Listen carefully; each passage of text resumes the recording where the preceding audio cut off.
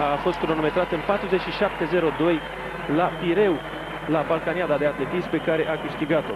Este un tânăr de mare perspectivă, un atlet foarte înalt, de peste 1,90 m, de la clubul sportiv Olimpia din București. Are 23 de ani și în sezonul trecut a reușit să se apropie de asemenea și încă în condițiile destul de dificile ale sălii din București de 47 de secunde. Acesta este reprezentantul Austriei, Andreas Rechbauer, care va alerga pe culoarul 4. Pe 1 Robert Daly din Irlanda, culoarul 2 pentru Anastasios Gousis din Grecia, culoarul 3 reprezentantul nostru, care este al 42-lea în ierarhia internațională a acestui sezon, lider fiind Alaine Francic din Grenadin cu 45-35, cel mai valoros european Marek Plavko 46-01. Cu foarte mult curaj concurează Ion Vieru. El este component al echipei, al clubului Olimpia, unde este antrenat de Nicolae Cristea.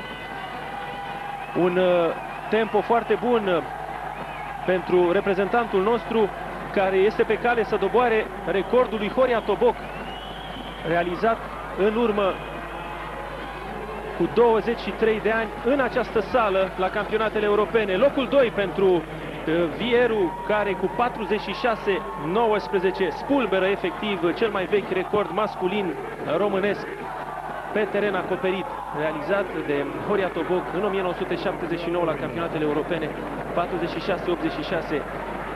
Și în acest moment Ioan Vieru urcă spectaculos până pe locul 6 în clasamentul mondial al acestui sezon.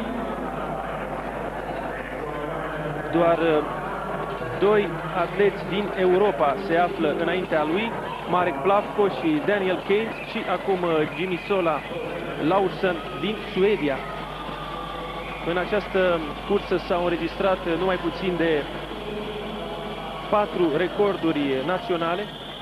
Laursen, Vieru, Van Brantegem din Belgia cu recorduri naționale în această serie, Tom Coman din Irlanda și el cu record al țării sale în seria 1, iar Anastasios Gousis din Grecia, clasat al 4-lea, a realizat cel mai bun rezultat din acest sezon.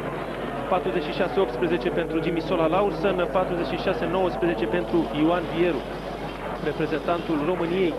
Iată o promisiune pe cale să confirme.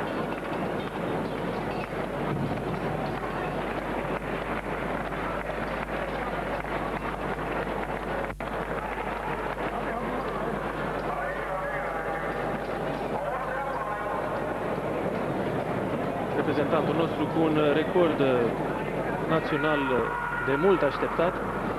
El a corectat performanța realizată de Horia Toboc cu peste 60 de secunde.